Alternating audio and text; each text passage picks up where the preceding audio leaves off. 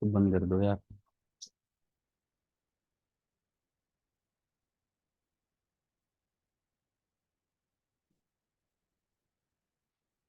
चलिए शुरू करते हैं यार कॉन्स्टिट्यूशन के साथ।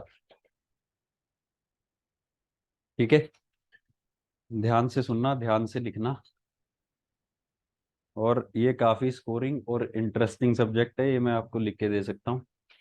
ठीक है, और प्री पास कराने में और मेंस पास कराने में बहुत अच्छा रोल प्ले ये सब्जेक्ट करेगा, ये भी मैं आपको लिख के दे सकता हूँ। ठीक है, तो प्लीज फोकस। चलिए एक डेफिनेशन लिखो यार, हेडिंग डालिए constitution.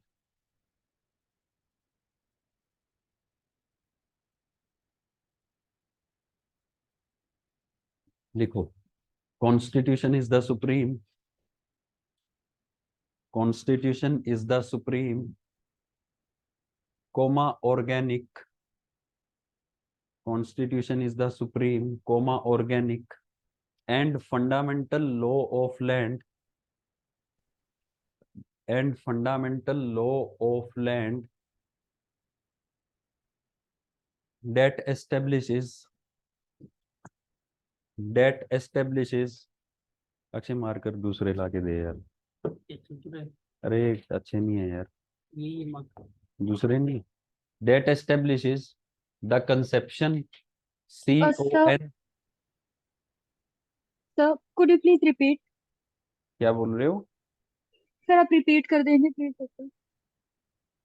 Constitution is the supreme fundamental and organic law of land that establishes the conception CONCEPTION,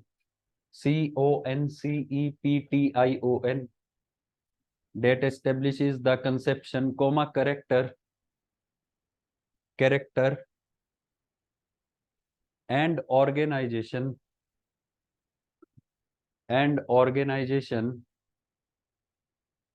of the government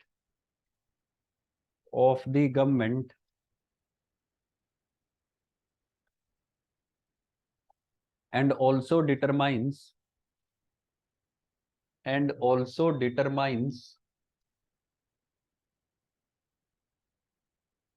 the extent of its sovereign powers, also determines the extent of its sovereign powers, SOVEREIGN, and also the manner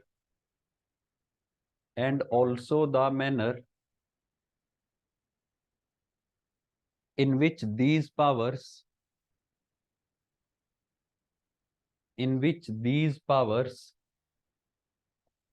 are to be exercised, also the extent in which these powers are to be exercised. ठीक है, this is the definition of constitution. Now let us discuss this definition.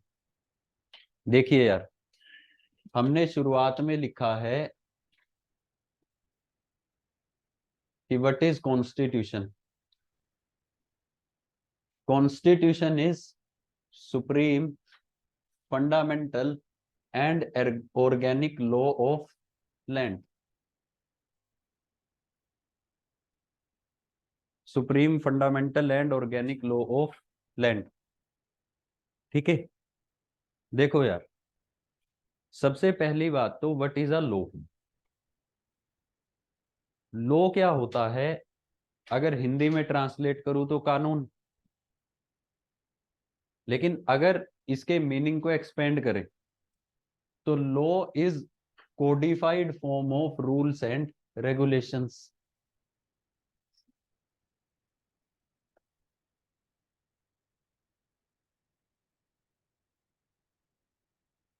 Codified form of rules and regulations.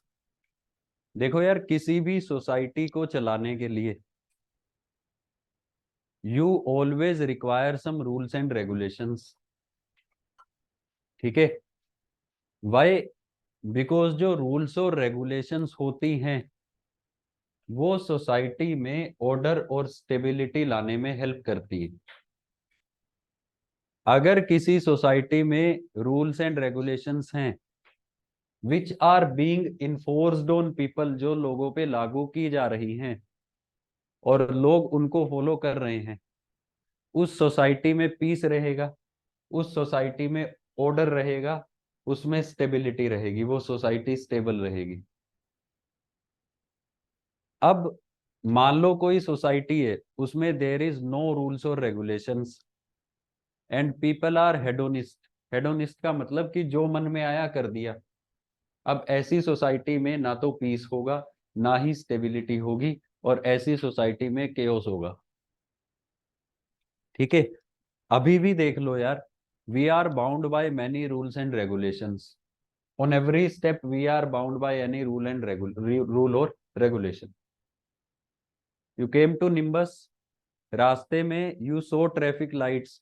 What are those traffic lights? They are the forms of rules and regulations which every one of us has to observe। और अगर हम उस rule या regulation को तोड़ते हैं तो हमारे खिलाफ सुटेबल एक्शन जो है वो लिया जाता है।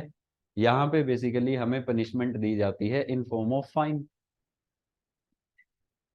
ठीक है, there is a well established rule in the society that if this mobile phone belongs to him, तो मैं इसको उठा के बिना इनकी परमिशन के नहीं ले जा सकता। It is known as theft, चोरी बोलते हैं इसको। ठीक है, तो basically any society, any country including India is governed through many rules and regulations which are codified into many laws। कोई भी सोसाइटी है, कोई भी कंट्री है, भारत को मिला के उसमें बेसिकली बहुत सारे रूल्स एंड रेगुलेशंस लोगों के लिए बनाए गए हैं। और ये रूल्स और रेगुलेशंस जो है इनको बहुत सारे लॉज में कानून के रूप में इनको कोडिफाई किया गया है। जो सेम कैटेगरी के रूल्स एंड रेगुलेशंस हैं, किसी पर्टिकुलर सब्जेक्ट से रिलेटेड रूल्स एंड रेगुलेशंस हैं, उसको किसी पर्टिकुलर लॉ में बेसिकली आपने डाल दिया। कोडिफिकेशन का मतलब होता है कि आपने उनको एक जगह इकट्ठा कर दिया और उनको इन्फोर्स कर दिया। ठीक है, आपने उसको लागू कर दिया, और इन केस अगर उसको कोई नहीं मानेगा, उसको कोई फॉलो नहीं करेगा, तो उसको अप्रोप्रिएट पनिशमेंट दी जाएगी। ठीक है, अब अगर मैं लॉज की बात करूं यार, तो भारत में देर आर मैनी लॉज। कुछ कानूनों के नाम आप भी जानते होंगे। ठीक है, एक लॉ है इंडियन पीनल कोड, आईपीसी जिसको बोलते हैं, 1860।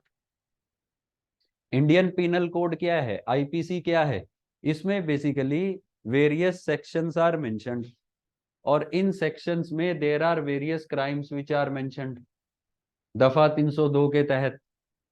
ठीक है, तो बेसिकली सेक्शन 302 ये क्या बोलता है कि अगर आपने किसी का मर्डर किया है, ठीक है, then the maximum punishment which can be given to you can be death penalty, capital punishment. ठीक है, सेक्शन 376 रेप। इस तरह से basically there are many sections. यहाँ पे गाली गलौज से लेके मर्डर तक के सेक्शन है। यहाँ पे किसी को थप्पड़ मारने से लेके किसी को ग्रीवियसली हर्ट करने तक के सेक्शन है। ठीक है, यहाँ पे बेसिकली एक पेन की चोरी से लेके कोई बहुत बड़ी डकैती करने तक के सेक्शंस हैं। तो basically what is IPC? IPC is a law. ये लॉ क्या करता है? ये लॉ लोगों के बिहेवियर को गाइड करने का काम करता है कि this should be your conduct, these things shall be considered as crime, और if you commit these things then appropriate punishment will be given to you. ठीक है, बात समझ आई। Similarly another law is motor vehicles act, जिसकी मैं अभी बात कर रहा था। अगर रेड लाइट को जंप करोगे तो कितनी पनिशमेंट मिलेगी, अगर बिना डीएल के गाड़ी चलाओगे तो कितनी पनिशमेंट मिलेगी, अगर शराब पी के गाड़ी चलाओगे तो कितनी पनिशमेंट मिलेगी। This is also a law. ये सारे रूल्स बेसिकली कहाँ पे लिख रखे हैं, मोटर व्हीकल्स एक्ट। ठीक है, सिमिलरली हिंदू मैरिज एक्ट। ठीक है, अब जो हिंदूज हैं, जैन्स हैं, बुद्धिस्ट हैं या सिख्स हैं, ठीक है, उन पे एप्लीकेबल होता है हिंदू मैरिज एक्ट। अब इसमें लिख रखा है कि किस चीज को मैरिज माना जाएगा, कब किसी मैरिज को लीगली मैरिज माना जाएगा। इन केस दो लोग मैरिड हैं and they are not able to continue their relationship, तो किन ग्राउंड्स पे डाइवोर्स हो सकता है।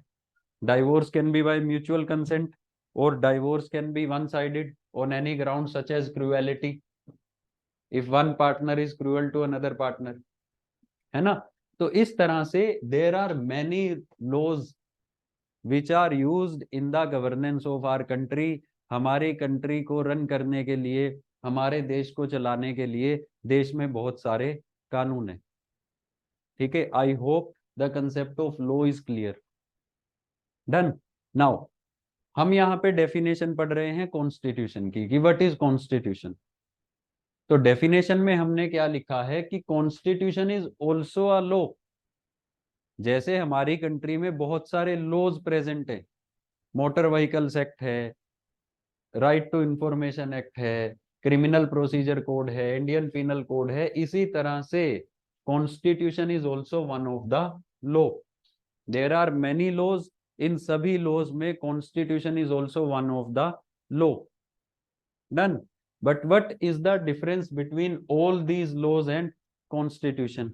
द डिफरेंस इज कि जो कॉन्स्टिट्यूशन है it is the supreme fundamental and organic law of land. Is this clear?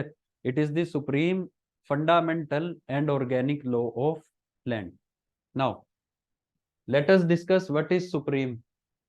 Supreme का मतलब है यार कि जो कॉन्स्टिट्यूशन है, constitution is mother of all the laws.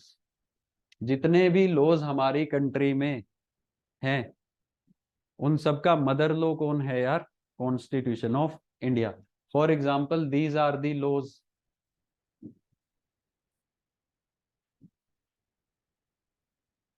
तो mother of all the laws is this your constitution. Is this clear? Now mother of all the laws से मतलब क्या है यार, कि हमारी कंट्री में no such law can prevail. कोई भी ऐसा कानून, कोई भी ऐसा लॉ एग्जिस्ट नहीं कर सकता है जो हमारे कॉन्स्टिट्यूशन की अथॉरिटी के अगेंस्ट जाएगा, जो हमारे कॉन्स्टिट्यूशन को वायलेट करेगा। डन। देखो यार, मदर होती है, अब उनके जो बच्चे होते हैं, a child is always expected to follow the directives of his और हर मदर। एक जो बच्चा है उससे हमेशा एक्सपेक्ट किया जाता है कि ये अपनी मदर ने जो इसको बेसिकली डायरेक्टिव्स दिए हैं, जो इसको बातें कही हैं, उनको हमेशा फॉलो करेगा और कभी भी माँ की बात को वायलेट नहीं करेगा। ठीक है, मदर के अगेंस्ट नहीं जाएगा। इसी तरह से constitution is mother of all the laws, it is supreme of all the laws. मतलब है कि कोई भी लॉ इस सुप्रीम लॉ की अथॉरिटी को डिफाइन नहीं कर सकता है, कोई भी लॉ इसको वायलेट नहीं कर सकता है, इसके किसी भी प्रोविजन को वायलेट नहीं कर सकता है। और यदि कोई ऐसा लॉ बन गया या ऐसा कोई लॉ है हमारी कंट्री में जो बेसिकली इसको वायलेट करता है, कॉन्स्टिट्यूशन को वायलेट करता है, तो उस लॉ को खत्म कर दिया जाएगा। That law shall be declared as null and void. Is this clear? ये समझ आया? Now next, it is also known as fundamental law. Fundamental का मतलब होता है यार, it is the first law और बेसिक लॉ ऑफ कंट्री। ये पहला कानून है, ये बेसिक कानून है, जहां से सभी बाकी के कानून डिराइव हुए हैं। Is this clear? मतलब this is your constitution, it is the basic law, इसको पहला कानून माना जाता है। और ये माना जाता है कि जितने भी बाकी लॉज हैं ये सभी कहां से डिराइव हुए हैं? They are derived by constitution of India. Obviously यार, बच्चे बेसिकली कहाँ से आते हैं? मदर की वूम से ना। ठीक है, तो क्या बोला जाता है कि जितने भी बाकी के लॉज हैं वो कहाँ से डिराइव हुए हैं? From constitution of India. Is this clear now? अब यहाँ पे ध्यान से सुनो, यहाँ पे एक ट्रैप भी है। वो क्या है कि अगर हम बात करें कॉन्स्टिट्यूशन ऑफ इंडिया की, कल हमने बात की थी कि कॉन्स्टिट्यूशन बेसिकली कब इनेक्ट किया? Constitution was enacted on 26 of November 1949। 26 नवंबर 1949 को कॉन्स्टिट्यूशन हमने इनेक्ट किया, माने कॉन्स्टिट्यूशन हमने बनाया। और इस कॉन्स्टिट्यूशन को हमने लागू कब से किया, इनफोर्स कब से किया? 26 ऑफ जनवरी 1950। डन।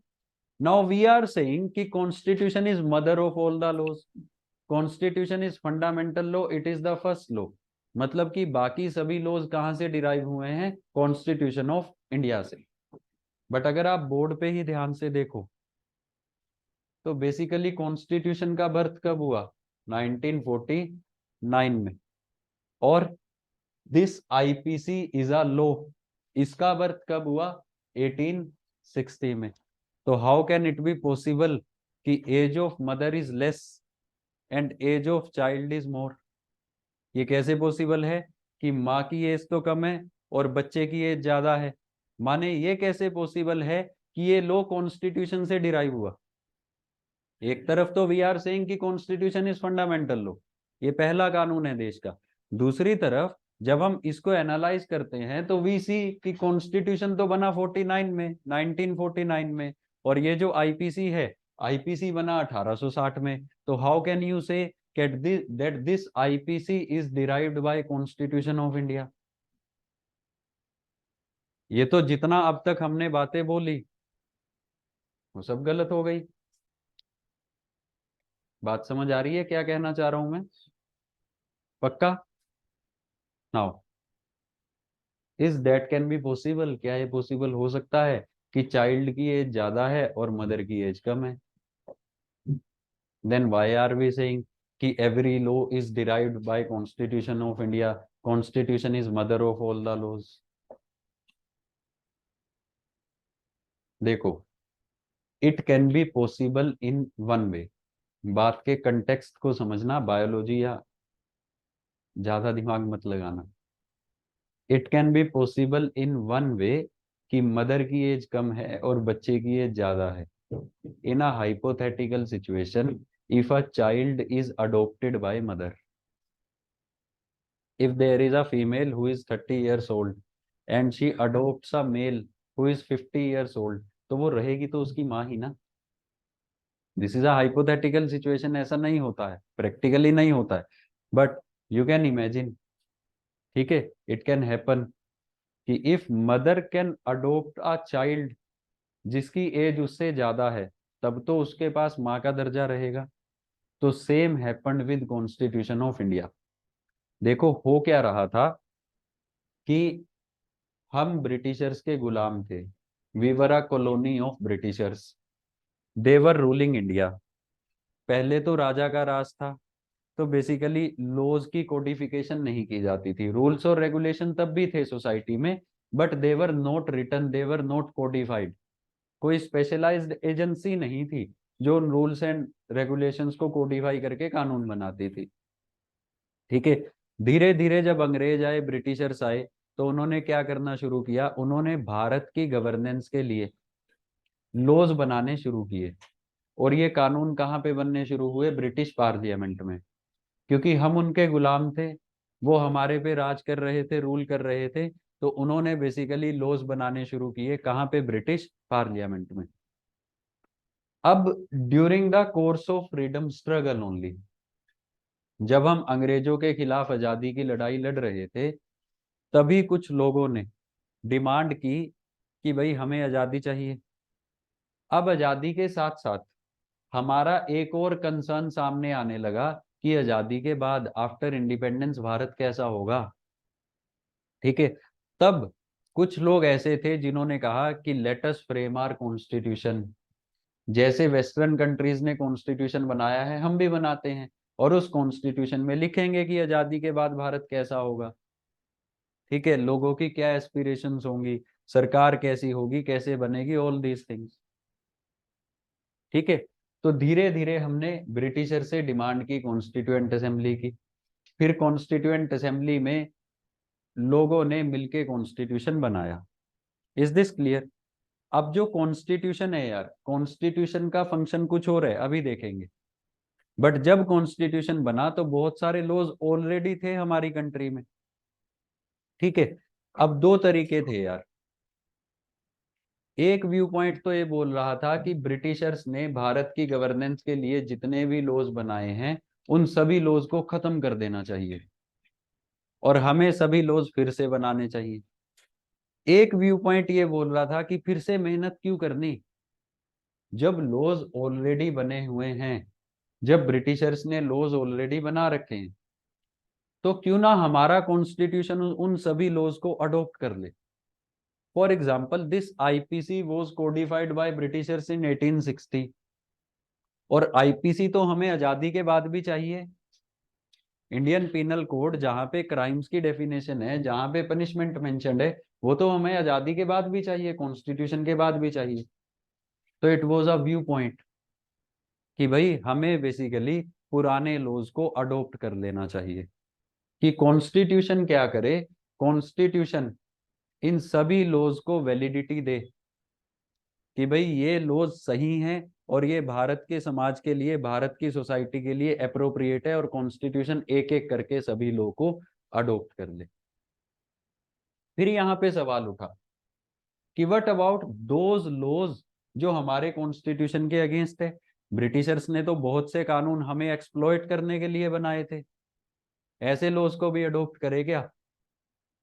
तब यहाँ पे बात आई कि नहीं, we will check each and every law, जितने भी हम प्री कॉन्स्टिट्यूशनल लॉज को,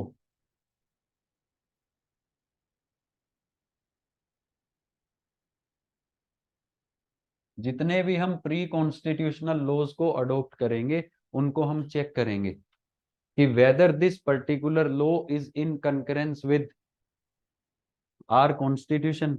if this particular law is in concurrence with our constitution, then we will adopt that particular law। अगर कोई भी लॉ हमारे कॉन्स्टिट्यूशन के किसी भी प्रोविजन को वायलेट कर रहा होगा तब हम उसको अडॉप्ट नहीं करेंगे।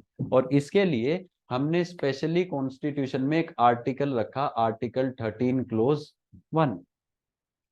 आगे फंडामेंटल राइट्स में पढ़ेंगे। आर्टिकल 13 क्लोज 1 में लिखा हुआ है, ऑल द लॉज, सिर्फ सुन लो, लिखना नहीं है अभी, all the laws prevailing in country before the commencement of constitution shall be declared null and void if they are inconsistent with any of the fundamental rights। माने जितने भी कानून हमारे देश में कॉन्स्टिट्यूशन की कमेंसमेंट से पहले से एग्जिस्ट करते हैं उनको नल एंड वॉइड डिक्लेयर कर दिया जाएगा, उनको खत्म कर दिया जाएगा अगर वो हमारे किसी भी फंडामेंटल राइट को वायलेट करते हैं या उसके प्रोविजन के अगेंस्ट है। Is this clear?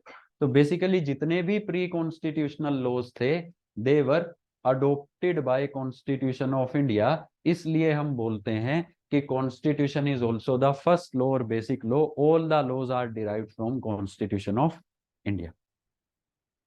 Is this clear? अब बात समझ आ गई? पक्का? ये सवाल आया हुआ है एचएएस में कि discuss constitution as the fundamental law. ठीक है, तो जहां पे डिस्कस आ जाता है, डिस्कस का मतलब होता है चर्चा कीजिए, constitution as a fundamental law. ठीक है, what will you write in this? कि फंडामेंटल मींस फर्स्ट और basic. It means that constitution is first law of the land, which means that all the laws prevailing in the countries are derived by constitution. Done?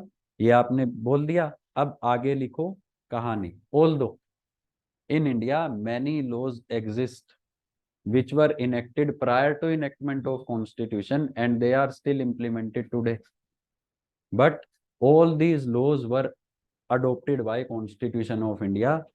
फिर लिखो article 13 ये बात बोलता है कि अगर वो कंकरेंस में थे तो अडोप्ट कर लिया.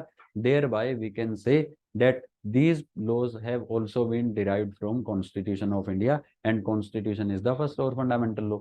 4 मार्कर क्वेश्चन था, 60 वर्ड्स लिखने थे, that's it. Is this clear? बात समझ आई? पक्का? तो basically what is constitution? Constitution is a law. जैसे बहुत सारे लॉज हमारी कंट्री में है एग्जिस्ट करते हैं, वैसे ही कॉन्स्टिट्यूशन भी एक लॉ है. बट कॉन्स्टिट्यूशन कैसा लॉ है? It is supreme law, it is mother of all the laws. कोई भी लॉ उसकी अथॉरिटी को डिफाइन नहीं कर सकता है. इट इज फंडामेंटल लॉ, मतलब इट इज फर्स्ट लॉ. जितने भी सभी लॉज हैं they are derived from constitution of India. Is this clear? ये हम मानते हैं. This is a legal fiction. Is this clear? Now third keyword is constitution is organic law. Now what do you mean by organic? देखो वैसे तो science की term है organic. जितने भी साइंस बैकग्राउंड से हैं सुना होगा ऑर्गेनिक, इनऑर्गेनिक. ठीक है. अब what is the difference between organic और इनऑर्गेनिक? ऑर्गेनिक कोई भी चीज वो होती है जिसमें चेंजेस आते हैं विद टाइम, जिसका एवोल्यूशन होता है, हुज एवोल्यूशन इज पॉसिबल. और इनऑर्गेनिक कोई भी मटेरियल, ऐसा मटेरियल या ऐसी कोई चीज होती है जिसका एवोल्यूशन नहीं होता, जो जैसी है वो वैसी ही रहेगी. आप उसको 100 साल के बाद देख लो, आप उसको 150 साल के बाद देख लो, 200 साल के बाद देख लो. बट जो ऑर्गेनिक चीज है वो विद टाइम बेसिकली चेंजेस उसमें आते रहते हैं. वो आउटसाइड चेंजेस. ठीक है, सुनो पहले लिख लेना. जो ऑर्गेनिक चीज है उसमें क्या होता है यार, अगर बाहर इन्वायरमेंट में कुछ भी चेंजेस आ रहे हैं तो उन चेंजेस को ध्यान में रखते हुए वो अपने में भी चेंजेस करके अपने आप को अडेप्ट कर लेती है. भाई we as a human beings we adapt to environmental changes. जितने भी प्लांट्स एनिमल्स हैं हम बेसिकली अडेप्ट करते हैं चेंजेस को और हम इवोल्व करते रहते हैं. तो इसी कंटेक्स्ट में बोला गया है constitution is an organic law. मतलब क्या है यार कि जब कॉन्स्टिट्यूशन बना रहे थे then it was a debate in constituent assembly कि हम ये कॉन्स्टिट्यूशन बना के आने वाली जनरेशन्स को देने जा रहे हैं. भारत में और 200 साल, 500 साल, 1000 साल तक शायद यही कॉन्स्टिट्यूशन रहे और इसी के अकॉर्डिंग भारत की पॉलिटी डिटरमाइन हो. बट जो सोसाइटी है, society is characterized by changes. समाज में तो बहुत सारे बदलाव आते रहते हैं, लोगों की वैल्यूज में चेंजेस आते हैं, है ना. आज basically if you are studying तो यहाँ पे लड़के लड़कियां सब मिक्स होके बैठे हैं. एक टाइम ऐसा भी था लड़के अलग बैठते थे, लड़कियां अलग बैठती थी. उससे पहले जाए तो वक्त ऐसा भी था कि लड़के अलग लड़कियां अलग, बीच में कर्टेन्स लगे होते थे. उससे पहले जाए तो वक्त ऐसा भी था female were not denied allowed education, only they were denied education. तो basically what are we observing कि भाई society is undergoing continuous changes. और जब समाज में बदलाव आ रहे हैं, when society is undergoing changes, तो क्या आप पुराने रूल्स एंड रेगुलेशंस को वहां पे लागू कर सकते हो? आपको रूल्स एंड रेगुलेशंस, आपको लॉज भी तो चेंज करने पड़ेंगे ना. हो सकता है आपको कॉन्स्टिट्यूशन भी चेंज करना पड़े. Is this clear? तो बेसिकली ऑर्गेनिक का मतलब है, doctor B R Ambedkar said कि this constitution is a living document, it is an organic document. मतलब जैसे जैसे समाज में चेंजेस आएंगे तो आने वाली generations will be able to make changes in this constitution, which means that this constitution can be amended. आप इसमें चेंजेस कर सकते हैं. और कॉन्स्टिट्यूशन अपने अंदर ही एक प्रोविजन रखता है.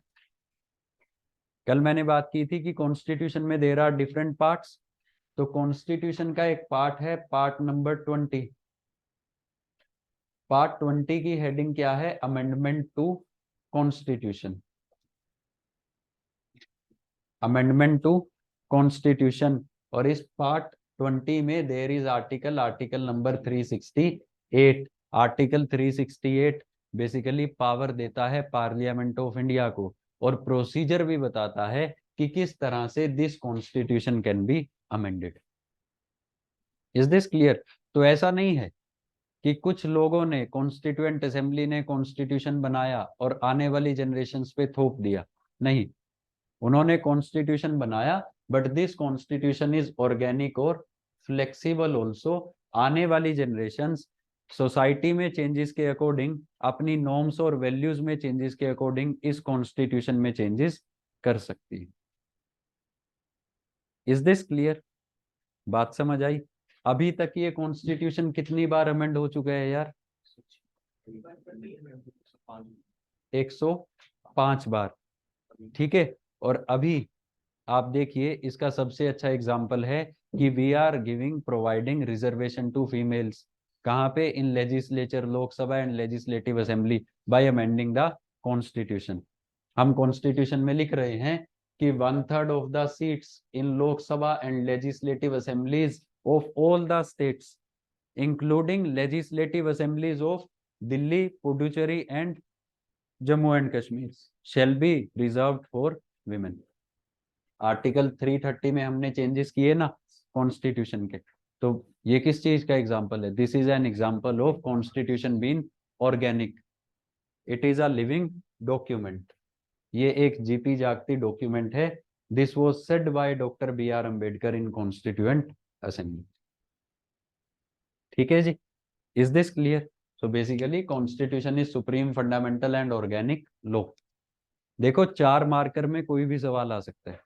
Discuss constitution as a supreme law, fundamental law, organic law, कोई भी सवाल आ सकता है। Is this clear? आपको इसके बेसिकली पीछे जो मतलब है उसको आपने अच्छे से समझना है। डन? हाँ जी।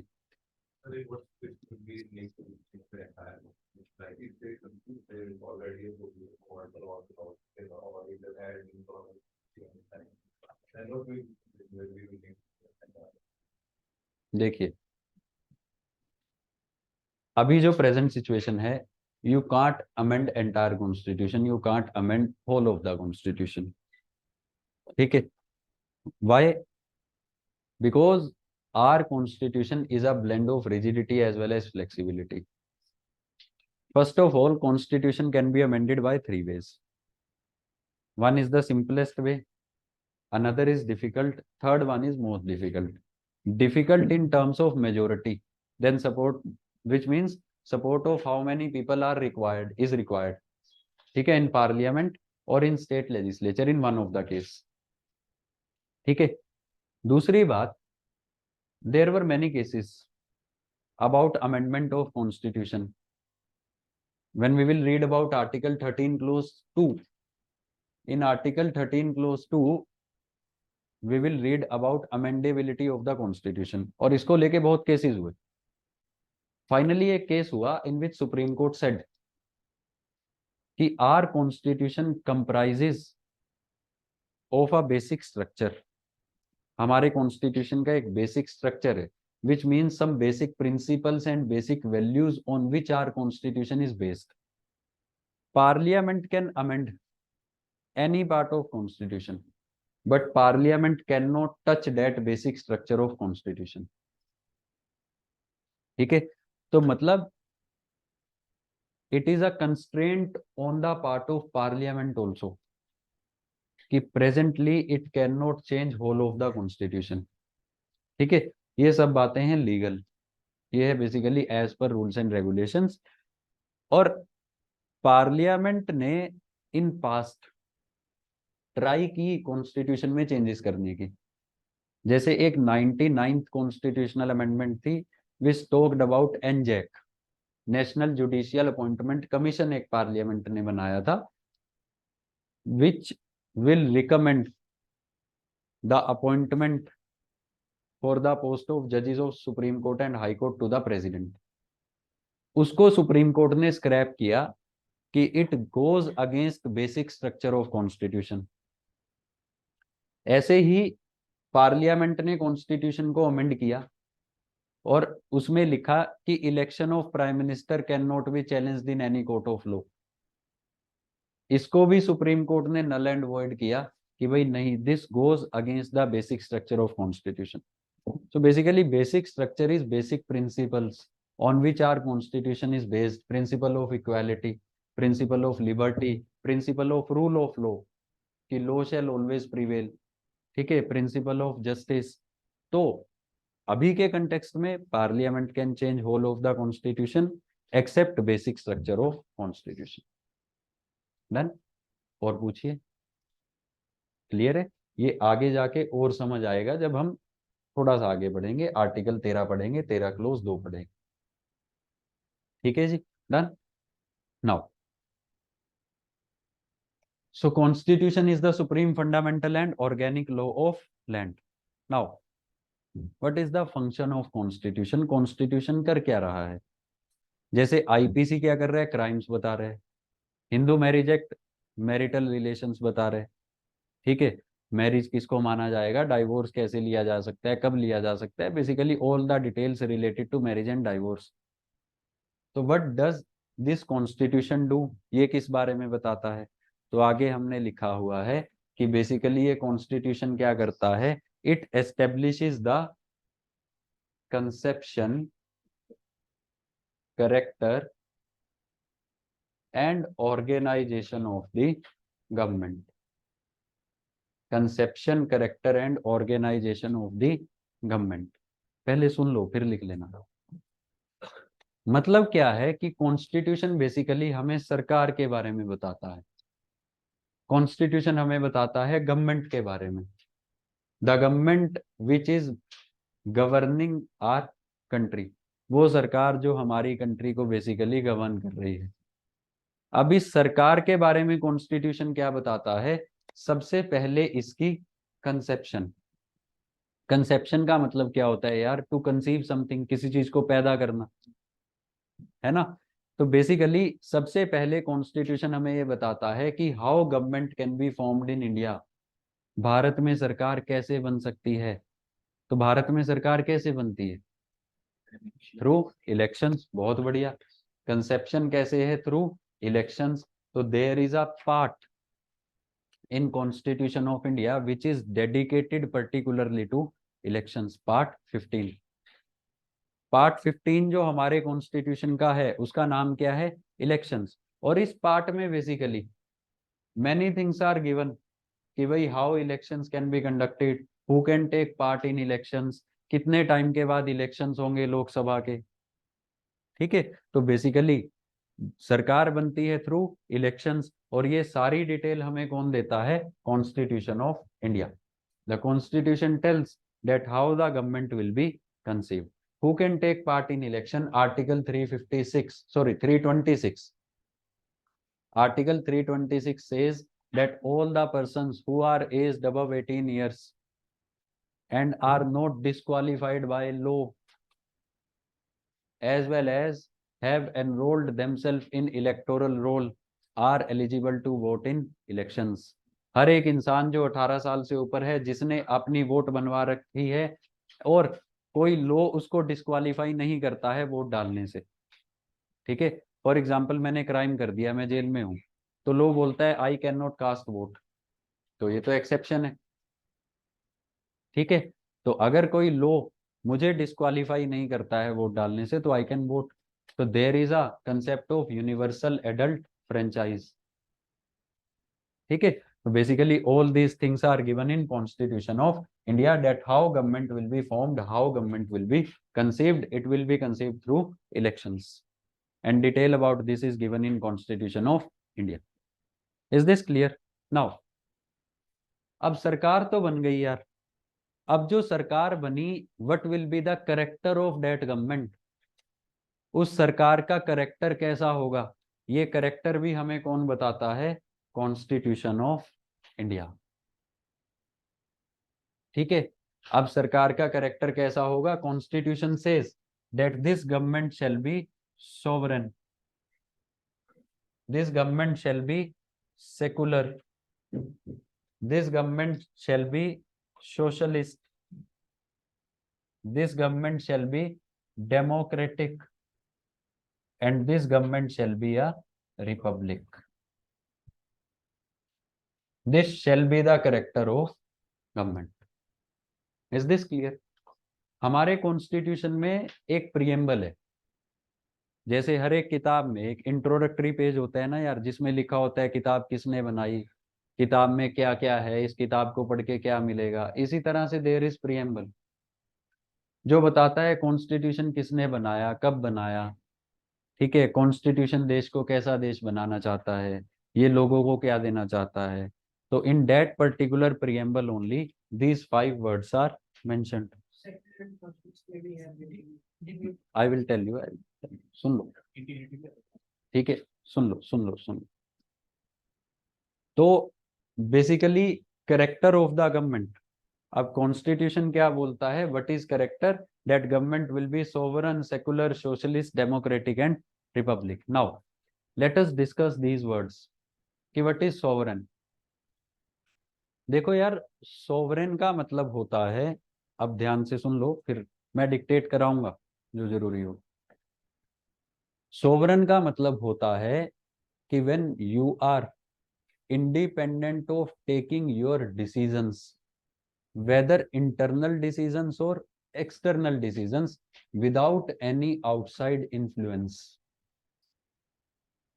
If I say I am sovereign, if I say I am sovereign, तो इसका मतलब ये है कि अगर मुझे कोई भी डिसीजन लेना है रिलेटेड टू माई सेल्फ, कि मुझे क्या खाना है, मुझे क्या पहनना है, या फिर रिलेटेड टू अदर्स, कि मुझे किससे बात करनी है, मुझे किससे दोस्ती करनी है, तो मुझे कोई अनड्यू इन्फ्लुएंस नहीं कर सकता। ये मैं अपनी मर्जी से करूंगा, मैं किसी का गुलाम नहीं हूं। I am independent. Is this clear? देखो, I can take into account advice of people, मुझे ये एडवाइस कर सकते हैं कि यार सलाह देता हूं ऐसे कर ले, उसमें कोई दिक्कत नहीं है, बट ये मुझे अनड्यू इन्फ्लुएंस नहीं कर सकता कि ऐसा कर, ये मुझे कंपेल नहीं कर सकते कि ऐसा करो। This is the meaning of sovereign. तो कॉन्स्टिट्यूशन बोलता है कि जो गवर्नमेंट भारत में बनेगी, पहला कैरेक्टर क्या होगा कि वो गवर्नमेंट सोवरन होगी। जो भी डिसीजंस उसको लेने हैं, चाहे कंट्री के इंटरनल मैटर से रिलेटेड या फिर एक्सटर्नल अफेयर से रिलेटेड, वो सरकार खुद लेगी, कोई उस सरकार को इन्फ्लुएंस नहीं कर सकता है। फॉर एग्जाम्पल, हम सिटीजनशिप अमेंडमेंट एक्ट लेके आए कुछ महीने पहले, न्यूज में था।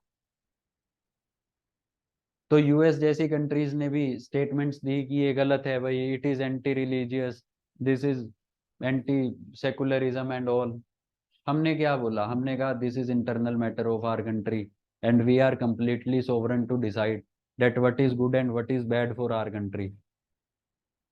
ठीक है, तो आप प्लीज बेफजूल की सलाहें मत दो। In course of Russia Ukraine war, what happened, western countries are against Russia. ठीक है, भारत का क्या स्टैंड है इस वॉर में? न्यूट्रल नहीं है, यही तो दिक्कत है। India is having a principled stand. Neutral आदमी तो कहीं का नहीं होता यार। अगर ये दोनों लड़ रहे हैं, मैं न्यूट्रल रहूंगा तो कोई भी इज्जत नहीं करेगा दोनों में से। न्यूट्रल मीन्स कि मुझे कुछ नहीं लेना, जो मर्जी करो, ऐसा नहीं है। We are interfering, but our stand is a principled stand. हमारा जो स्टैंड है वो कुछ प्रिंसिपल सिद्धांतों के ऊपर बेस्ड है। क्या स्टैंड है हमारा? We will not criticize Russia. Why? Because Russia is all weather friend. ठीक है ना, Russia has always supported us in United Nation Security Council on Kashmir issue during different wars. तो हम कैसे उसको वही क्रिटिसाइज कर दें? दूसरी बात, we will not vote against Russia. हम वोट भी नहीं कर रहे रशिया के खिलाफ किसी भी इंटरनेशनल फोरम में। Third is, we believe that war is not a solution and any conflict should be resolved through diplomatic channels. And if both parties want, then India is ready to mediate. यही है ना हमारा stand. Western countries ने क्या बोला? You should criticize Russia, you should vote against Russia, हमारे ऊपर pressure डाला। बेसिकली जर्मनी ने डाला, फ्रांस ने डाला, यूएस ने डाला। क्या हमने अपना स्टैंड बदला? नहीं। We are strongly asserting ourself, हमारा स्टैंड पहले दिन से वही है। Is this clear? Although Modi ji saying that this is not an era of war, तो हमारे स्टैंड का ही पार्ट है। हमने बोला है पहले भी कि any dispute should be resolve through diplomatic channels. But क्या हम बोल रहे हैं रशिया की गलती है? Are we voting against Russia? No. तो basically we are taking external decision with respect to external affairs without any influence. This is sovereignty. Is this clear? Sovereign क्या signify करता है? Sovereignty signifies that we are not dependent on anyone. हम किसी के गुलाम नहीं है। We are independent to take our decisions, whether on internal affairs or external affairs. Done? हाँ। आपका इंटरनेशनल ऑर्गेनाइजेशन है आईसीसी में अभी सोवरेनिटी को हम डिटेल में डिस्कस करेंगे इन प्रियम्बल ऑल्सो, तब इसके ऊपर हम एक नोट भी लिखेंगे। ठीक है, आजकल एब्सोल्युटली सोवरेन कोई भी नहीं है, अभी सिर्फ मीनिंग समझो इनका। देयर इज रिलेटिव सोवरेनिटी, ठीक है, और उसको लॉस ऑफ सोवरेनिटी नहीं बोलते हैं, उसको बोलते हैं कि losing something for a larger bargain. We will discuss with examples, बहुत एग्जांपल दूंगा मैं। डन? नाउ मतलब समझ आया सोवरन का। Second is secular. सेकुलर का मतलब है कि जो सरकार है भारत की, जो लोग सरकार बनाएंगे, वो सभी रिलीजन्स को इक्वली ट्रीट करेगी। It will not discriminate against any of the religious group. Every religious group shall be equally treated by government. This is secular. Third is socialist. Socialist का मतलब है कि जो सरकार अब बनेगी, वो सरकार लोगों के वेलफेयर के लिए काम करेगी। वो सरकार सिर्फ बेसिकली देश को रन करने का काम नहीं करेगी, एडमिनिस्ट्रेशन को चलाने का काम नहीं करेगी, लॉ एंड ऑर्डर को मेंटेन करने का काम नहीं करेगी। उस सरकार का एक काम और भी है, वो काम है लोगों का वेलफेयर करना। Is this clear? तो government is running many welfare schemes, there are government hospitals, there are government schools, there are government colleges. ठीक है, there is national food security act, सरकार बेसिकली सब्सिडाइज्ड रेट पे अनाज दे रही है लोगों को। तो basically our state is a welfare state, our state is a socialist state. Is this clear? Now next is democratic. Democratic का मतलब होता है यार where people take their decisions by themselves. Democracy का जो लिटरल मीनिंग है वो ये है कि जहां पे लोग अपने फैसले खुद लेते हैं। अब जो डेमोक्रेसी है it can be exercised in two ways. एक तरीका तो ये है कि हर एक फैसले पे लोग खुद से डिस्कशन करें और लोग डिसीजन ले लें। बट इंडिया जैसी बहुत बड़ी कंट्री में, जो कि बहुत डाइवर्स भी है, दिस इज नॉट पॉसिबल। हमारे देश में तो डाइवर्सिटी इतनी है कि every second day we have to take a decision, we have to frame some rule और रेगुलेशन। तो बेसिकली हर तीसरे दिन थोड़ी ना देश के लोग वोट डालने के लिए खड़े रहेंगे कि ये करना चाहिए या नहीं करना चाहिए।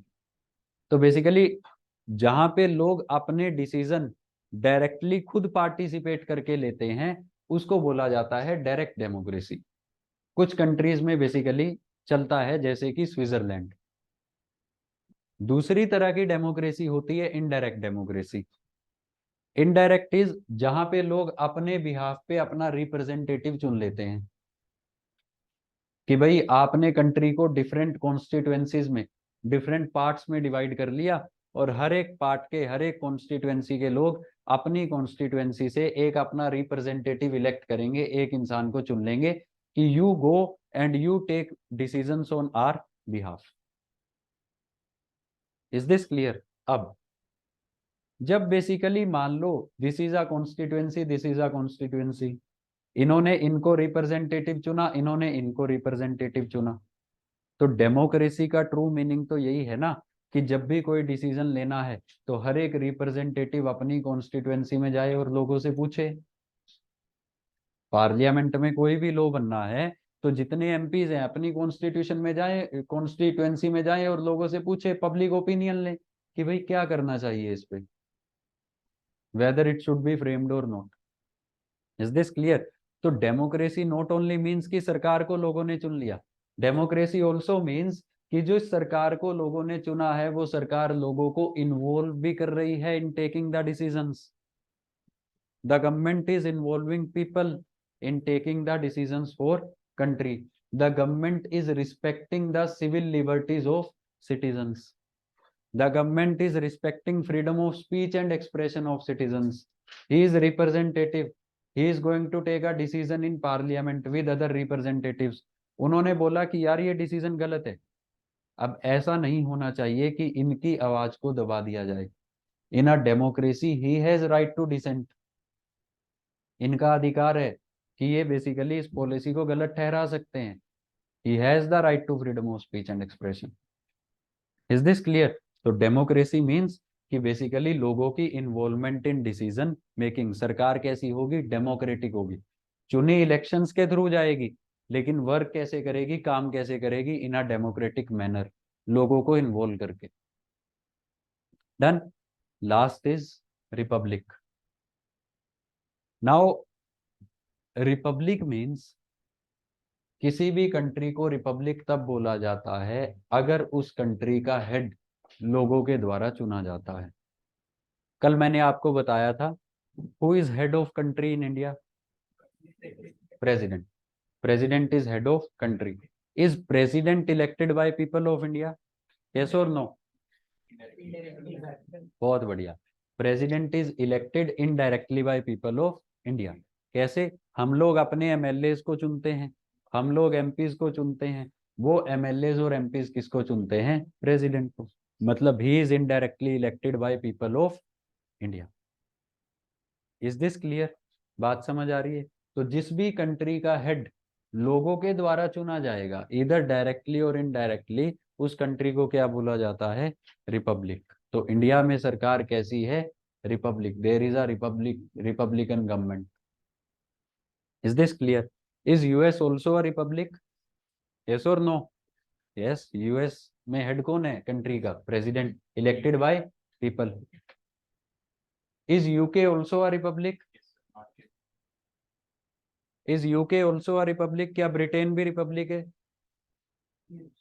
पहली बात तो there is difference between England, UK and Britain, अभी बताऊंगा।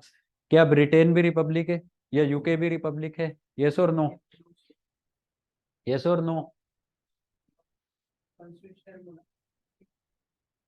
रेज योर हैंड्स, बताओ यस और no. No. Why? Because UK में there are two heads. One is head of government. Who is prime minister of UK? कौन है आजकल? Rishi Sunak. Second is head of country. Head of country कौन है? Monarch. और जो मोनार्क की पोजीशन है वो कैसी है? Hereditary position. तो क्या मोनार्क विल ऑफ पीपल है? क्या मोनार्क इलेक्टेड बाय पीपल? नहीं। Their head of country is not elected by people, therefore Britain is not a republic. India is a republic because president of India is choice of people of India. लेकिन वहां पे लोगों के पास choice नहीं है। Monarch की position जो है that is a hereditary position. Is this clear? बात समझ आई? So constitution tells us about the character of government. पांचों कीवर्ड्स क्लियर हैं यार? पक्का? किसी में कोई डाउट हो?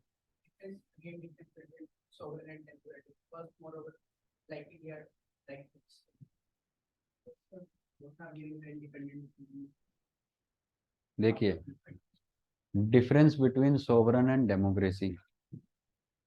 सोवरेनिटी इंप्लाइज कि government will take it decision without any influence. ठीक है? Whether internal decision related to internal affairs और external affairs, and influence also without external as well as internal. इस चीज को समझो। डेमोक्रेसी मीन्स कि पहली बात तो government is elected by people, and while taking decisions government is involving the people, government is respecting the civil liberties of people. Democracy में there is economic democracy, social democracy, political democracy. Social democracy is that government is giving social justice to people, providing social justice to people. Caste के basis पे discrimination नहीं होगा, untouchability नहीं होगी, gender के basis पे discrimination नहीं होगा, थर्ड जेंडर को इक्वल राइट्स मिलेंगे। This is social democracy. ठीक है। सो बेसिकली जो डेमोक्रेसी है, it is a very broad word. जब हम प्रियम्बल पढ़ेंगे तो उसमें हम इसको एक्सपेंड करेंगे, बिकॉज सवाल डेमोक्रेसी पे भी तो आ सकता है। Is this clear? बात समझ आई? चलिए, now now conception through elections, character देख लिया। Now organization of the government, that how this government will be organized. Is this clear? Now organize का मतलब क्या होता है यार? आप अपनी अलमीरा को ऑर्गेनाइज करते हो, ठीक है। ऑर्गेनाइज जब अपनी अलमीरा को करते हो या अपनी बुक शेल्फ को करते हो, तो उसमें किस चीज का ध्यान रखते हो? क्या? प्रॉपर ऑर्डर होना चाहिए किस चीज में?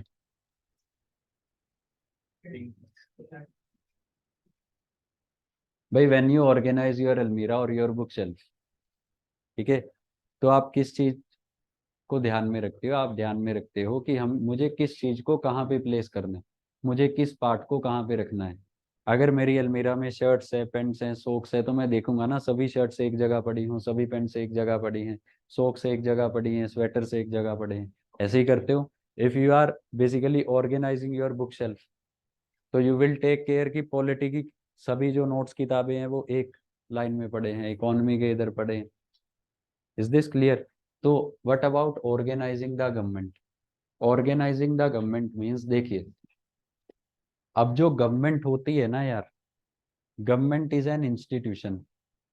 गवर्नमेंट एक एंटिटी है, ठीक है, जो बेसिकली कंट्री को रन करती है।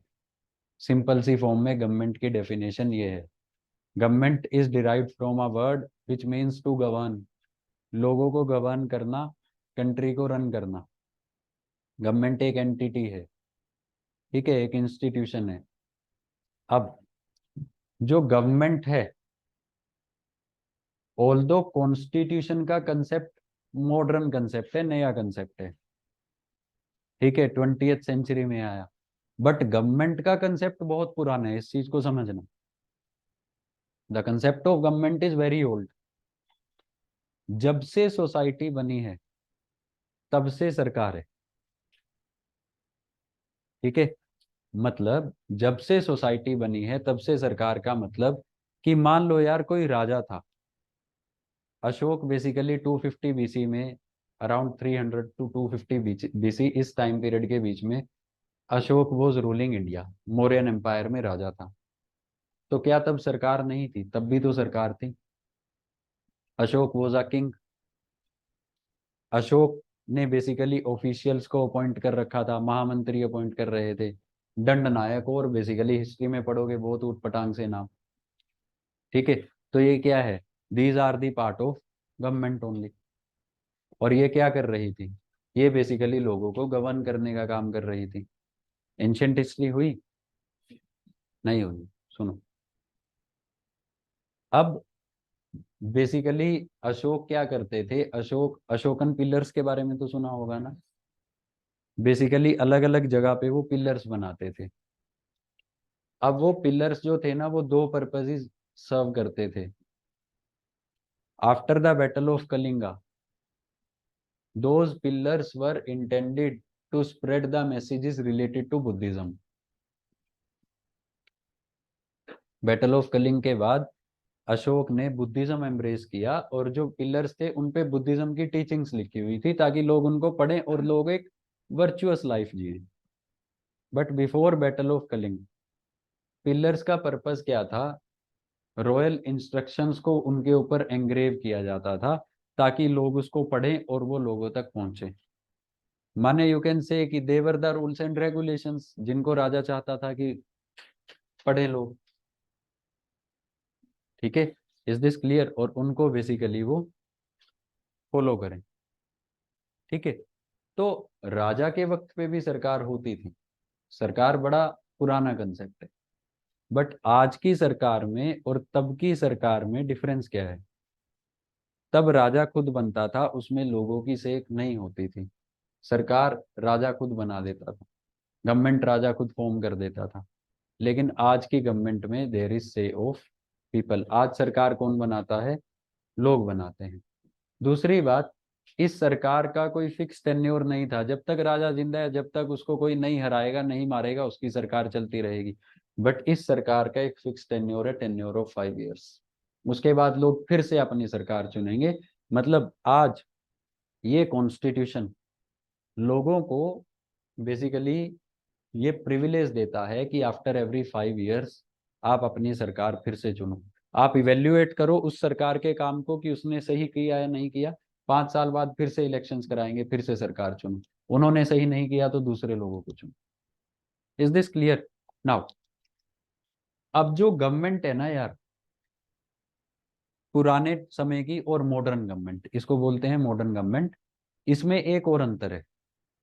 ये जो मॉडर्न गवर्नमेंट है, इस मॉडर्न गवर्नमेंट के बेसिकली 3 ऑर्गन्स हैं। इस मॉडर्न गवर्नमेंट की जो पावर्स हैं, इसकी पावर्स को 3 ऑर्गन्स में डिवाइड किया गया है।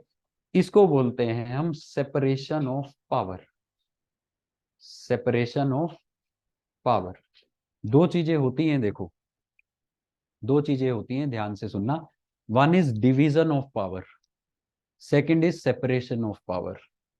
सेपरेशन ऑफ पावर पॉलिटी में तब यूज करेंगे जब हम देखेंगे कि how power is being divided among the organs of the government. जो सरकार के ऑर्गन्स है उसके बीच में पावर कैसे डिवाइड हो रखी है, उसको बोलते हैं separation. You have separated the powers of different organs of the government. Division of power जो है वो वर्टिकली चलती है between central government and state government, जिसकी हम कल बात कर रहे थे कि भारत में there is division of power between centre and state. Centre can frame a law as well as state can frame a law. But UK में there is no division of power, there is centralisation of power. Is this clear? Bharat में there is division of power between centre and state. UK में there is centralisation of power with centre. There is no division of power between centre and state. But in both India as well as UK, Bharat में और UK में there is separation of power among different organs of the government. अब जो सरकार है, सरकार के there are 3 organs. One is legislature, second is executive and third is judiciary. पहले ऐसा नहीं होता था। पहले जो राजा के समय में ट्रेडिशनल गवर्नमेंट का कंसेप्ट था, वहां पे सरकार की पावर को अलग अलग ऑर्गन्स में नहीं बांटा जाता था। एक ही इंसान था जो सभी डिसीजंस लेता था, वो था राजा। और जब आपने पावर को अलग अलग ऑर्गन्स में नहीं बांटा, एक ही इंसान को सारी पावर दे दी, कानून बनाने की भी पावर मेरे पास है, कानून को लागू करवाने की भी पावर मेरे पास है, और यदि कानून में कोई दिक्कत है तो उसको इंटरप्रेट करने की पावर भी मेरे पास है। इससे क्या होगा? इससे आर्बिट्रेरीनेस आएगी। आर्बिट्रेरीनेस मीन्स कि जो मेरा मन करेगा करूंगा। अरे मेरे पे कोई चेक थोड़ी ना लगा सकता है, मुझे कौन रोकेगा? कानून भी मैं बना रहा हूँ, लागू भी मैं करवा रहा हूँ, और उसको इंटरप्रेट भी मैं करवा रहा हूँ। तो मेरे से ऊपर कौन है? तब तो वही फीलिंग आएगी ना कि मैं नहीं तो कौन बे, है ना?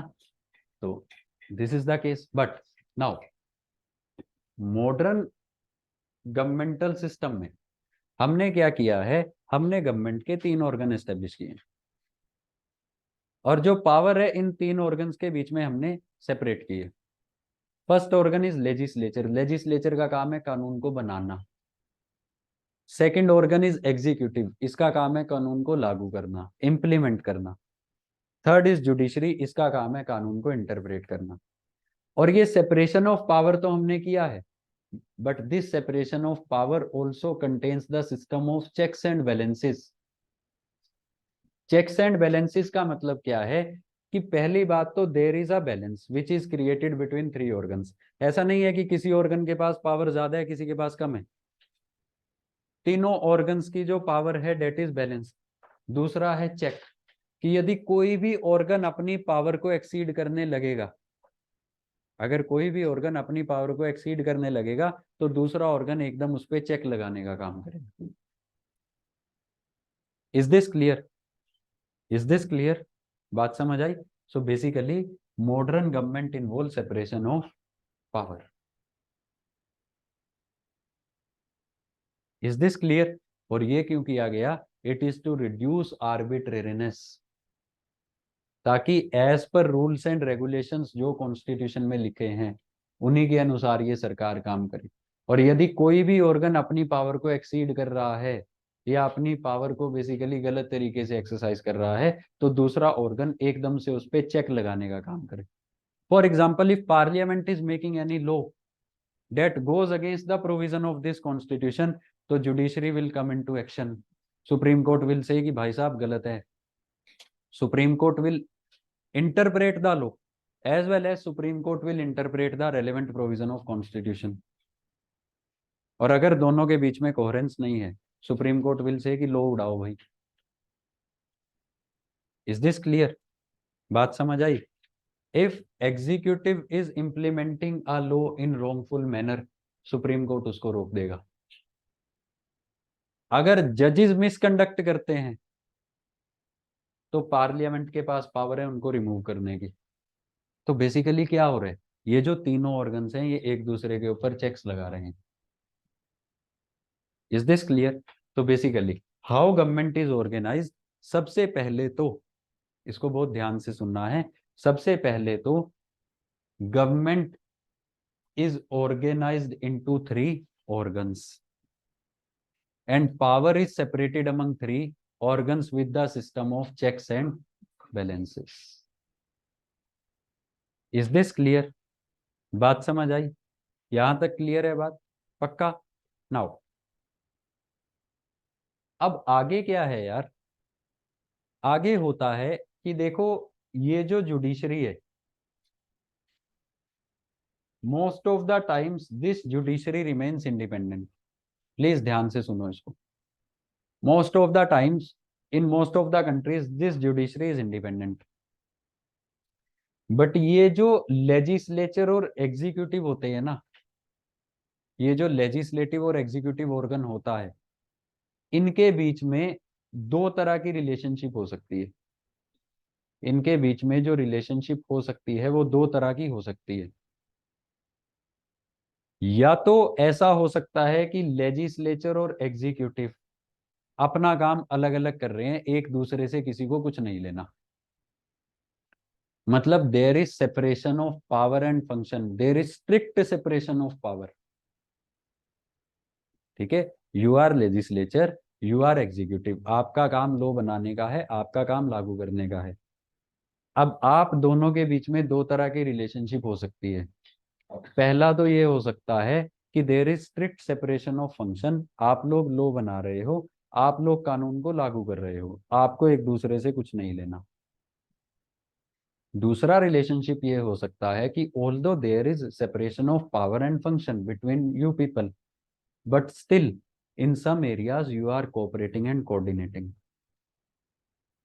Is this clear? तो आपकी जो रिलेशनशिप है उसको गाइड करते हैं 2 principles.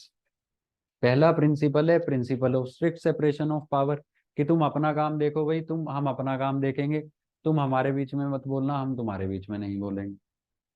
Done. Second is principle of cooperation and coordination, कि हम अपना काम देखेंगे, तुम अपना देखोगे, लेकिन हाँ कुछ काम एक दूसरे के हम आपस में कोऑपरेट करेंगे। Is this clear? तो जिन कंट्रीज में ये प्रिंसिपल फॉलो होता है, principal of cooperation and coordination, वहां पे जो सरकार होती है उसको बोला जाता है parliamentary form of government. Parliamentary form of government, अरे सुनो पहले, जिसमें 2 हेड होते हैं, जो हमने बात की थी, head of state and head of government. इसको हम बहुत डिटेल में पढ़ेंगे, ठीक है? अभी सिर्फ basically it's a basic introduction, ये पूरा लेक्चर लेगा। और जिन कंट्रीज में there is strict separation between the 2 organs, उसको बोलते हैं presidential form of government. Is this clear? और भारत में सरकार किस तरह से ऑर्गेनाइज्ड है? पहली बात तो there are 3 organs with separation of power, but India also follows the principle of cooperation and coordination between legislature and executive, thereby India में basically there is parliamentary form of government. In this way, the government in India is organized. Is this clear? थोड़ा सा बता देता हूं, बिल्कुल थोड़ा सा. इसको मैं टच आने वाले लेक्चर्स में करूंगा, 2-3 दिन में फिर से इस पे आएंगे. जैसे भारत में यार जो मिनिस्टर्स हैं, भारत में जो मिनिस्टर्स हैं वो एग्जीक्यूटिव का पार्ट है. मिनिस्टर का काम क्या होता है? पॉलिसीज को, रूल्स को लागू करवाना. भाई अगर देश में कोई भूख से मरता है तो सवाल किससे पूछा जाता है? Minister of food and public distribution, कि भाई साहब आप मंत्री हो, क्या क्या सीन है? ठीक है. और उस मिनिस्टर के अंडर बेसिकली एक hierarchy of bureaucracy civil servants काम करते हैं. ठीक है. एज एन आईएएस या एचएएस कुछ भी आप बनते हो तो you will also become part of executive. आपको लागू करना है ना यार, पॉलिसीज को लागू करना है, पॉलिसीज फॉर्मुलेशन में गवर्नमेंट को असिस्ट करना है. डन. तो बेसिकली ये जो मिनिस्टर्स हैं भारत में, they are the part of executive. But जो मिनिस्टर्स हैं वो कौन बनते हैं? मेंबर ऑफ पार्लियामेंट ही तो बनते हैं, या मेंबर ऑफ स्टेट लेजिस्लेचर ही तो बनते हैं. अरे भाई कुछ एमएलए ऐसे होते हैं ना जिनको मिनिस्ट्री मिलती है, कुछ एमपीज ऐसे होते हैं ना जिनको मिनिस्ट्री मिलती है ना. तो बेसिकली क्या मैं बोल सकता हूँ कि जो मिनिस्टर है, मान लो दीज 4 आर मिनिस्टर्स, तो इनकी ड्यूअल रिस्पॉन्सिबिलिटी है भारत में. ये लॉ मेकिंग में भी हेल्प करेंगे एज मेंबर ऑफ लेजिस्लेचर, और ये लॉ की इम्प्लीमेंटेशन में भी हेल्प करेंगे. This is principle of cooperation and coordination. But अगर मैं यूएसए की बात करूं, ध्यान से सुनो, अगर मैं यूएसए की बात करूं तो यूएसए में लोग अपने मेंबर्स को चुनते हैं, मेंबर्स ऑफ पार्लियामेंट. यूएसए में भी 2 हाउसेज हैं, कांग्रेस एंड सेनेट. ठीक है, जैसे हमारे यहाँ लोकसभा राज्यसभा. सेम वे में बेसिकली वहां पे मेंबर्स चुने जाते हैं, जैसे भारत में चुने जाते हैं. ये भी आगे पढ़ेंगे, डिजाइन ऑफ इंडियन पॉलिटिकल. अब जब सेम वे में ऐसे मेंबर्स चुने जाते हैं, ठीक है, अब वहां पे लोग ही प्रेसिडेंट चुनते हैं. डन. और वो जो प्रेसिडेंट होता है, वो प्रेसिडेंट गवर्नमेंट का भी हेड होता है, कंट्री का भी हेड होता है. अब उस प्रेसिडेंट को भी अपने मिनिस्टर्स चाहिए भाई, चाहिए या नहीं चाहिए? अब यूएसए में जो मिनिस्टर्स हैं उनको बोला जाता है सेक्रेटरीज. जो एग्जीक्यूटिव्स हैं, भारत में मिनिस्टर बोला जाता है, यूएस में क्या बोला जाता है? सेक्रेटरीज. तो जो यूएस के प्रेसिडेंट है वो अपनी लोकसभा और राज्यसभा, अपनी कांग्रेस और सीनेट में से लोगों को नहीं चुन के सेक्रेटरी बनाते. वो किसको चुनते हैं? किसी भी इंसान को पब्लिक से उठा के अपना सेक्रेटरी बना लेते हैं. मतलब वहां पे जो एग्जीक्यूटिव होगा, executive will not be part of legislature. But India में जो एग्जीक्यूटिव है, जो मिनिस्टर्स हैं, they are part of legislature. जो पॉलिटिकल एग्जीक्यूटिव, 2 तरह के एग्जीक्यूटिव होते हैं, permanent executive and political executive. Permanent executive are civil servants and political executives are ministers. Is this clear? तो भारत में जो पॉलिटिकल एग्जीक्यूटिव हैं, they are the part of legislature. वो लेजिस्लेचर के मेंबर्स ही हैं जो मंत्री हैं. बट यूएस में political executives are different, legislature is different. They are not the part of Congress और Senate. So there is strict separation of power. वहां पे एग्जीक्यूटिव की सिंगल रिस्पॉन्सिबिलिटी है लॉ को इम्प्लीमेंट करना. लॉ मेकिंग में उनका कोई रोल नहीं है. हमारे यहाँ एग्जीक्यूटिव की 2 रिस्पॉन्सिबिलिटीज है. तो हमारे यहाँ there is principle of cooperation and coordination. US में there is strict separation of powers. Is this clear? इसलिए इंडिया में पार्लियामेंट्री फॉर्म ऑफ गवर्नमेंट. बात समझ आई? अब थोड़ा बहुत जो इसमें लिखना है लिख लो. देखो आगे सब कुछ होगा. ये कीवर्ड्स हम बेसिकली एनालाइज करेंगे एक एक लेक्चर में, शायद एक एक या 2-2 कीवर्ड. ठीक है. अभी it's about introduction to constitution, तो एक बेस तैयार करूँ. लेजिस्लेचर में होते हैं मेंबर्स जो लॉ मेकिंग का काम करते हैं, एमएलए स्टेट में, एमपीज सेंटर में. एग्जीक्यूटिव में होते हैं मिनिस्टर्स. एग्जीक्यूटिव का काम होता है लागू करना. ठीक है. Tomorrow we will discuss design of Indian polity. वहां पे मैं सब आपको समझाऊंगा, किस तरह से एमपी चुना जाता है, किस तरह से मिनिस्टर बनता है, each and everything.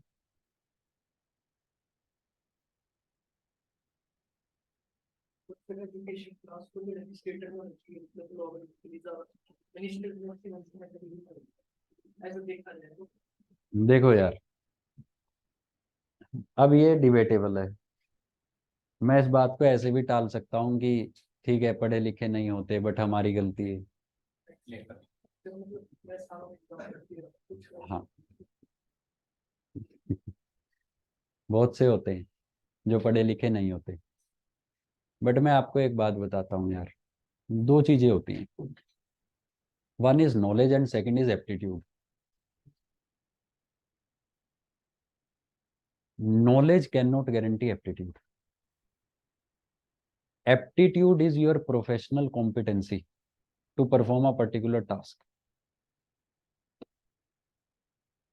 I hope समझ आ गया होगा और समझाने की जरूरत नहीं।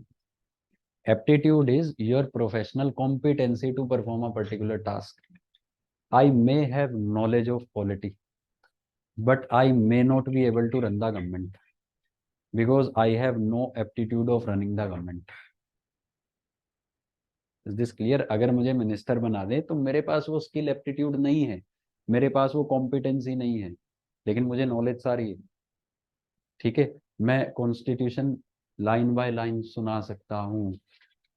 ठीक है, I can do it, but but is the requirement is aptitude. और दूसरा कोई इंसान ऐसा हो सकता है जिसको नॉलेज नहीं है बट उसको एप्टीट्यूड है।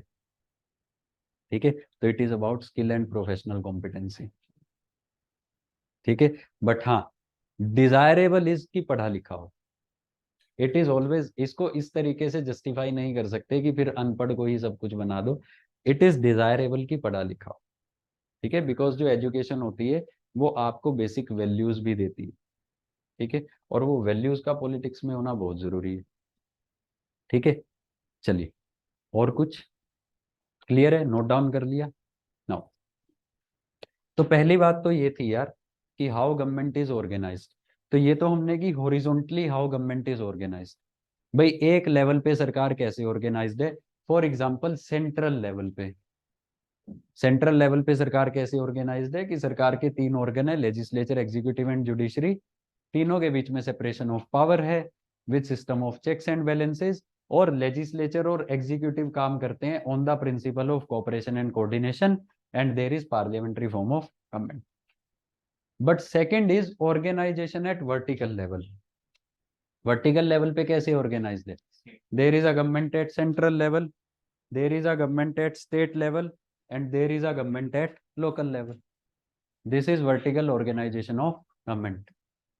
ठीक है, कि भारत में basically there is government at central level, there is government at state level, and there is government at local level. तीनों लेवल्स पे गवर्नमेंट कौन एस्टेब्लिश करता है? Constitution of India. डन। अभी एक एग्जांपल यहाँ पे और देता हूँ। हमने पढ़ा कॉन्स्टिट्यूशन इज ऑर्गेनिक लॉ। जब हमारा कॉन्स्टिट्यूशन बना तो भारत में सिर्फ दो लेवल पे सरकार थी, सेंट्रल लेवल और स्टेट लेवल। लोकल लेवल पे सरकार नहीं थी ड्यू टू वेरियस रीजंस। ये जब पढ़ेंगे पंचायत म्यूनिसिपैलिटीज तब डिस्कस करेंगे। But in 1993 we established panchayati raj system in rural areas and municipality और urban local self government in urban areas. Is this clear? So basically now constitution recognizes government at three level. This is how government is organized. Is this clear? यहां तक बात समझ आ गई? Bore तो नहीं हो रहे? ठीक है, पक्का? चलिए, मैं कॉमेडी भी कर सकता हूँ अगर तुम बोर हो। ठीक है, मैं स्टैंड अप कॉमेडियन भी अच्छा हूँ। और क्या? हाँ, सुनाऊंगा। ठीक है, भागना नहीं है फिर क्लास। ठीक है, ऐसा ना हो अगले दिन से ऑनलाइन आना शुरू कर दो तुम।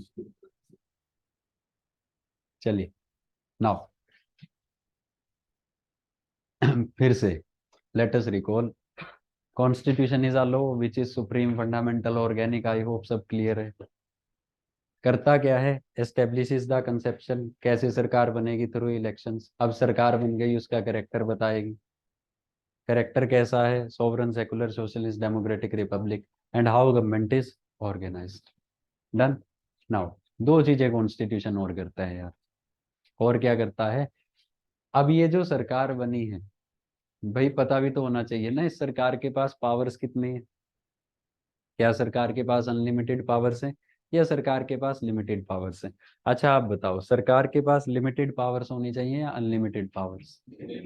लिमिटेड पावर्स, है ना। तो भाई वो लिमिटेड पावर सरकार की कौन डिटरमाइन करता है?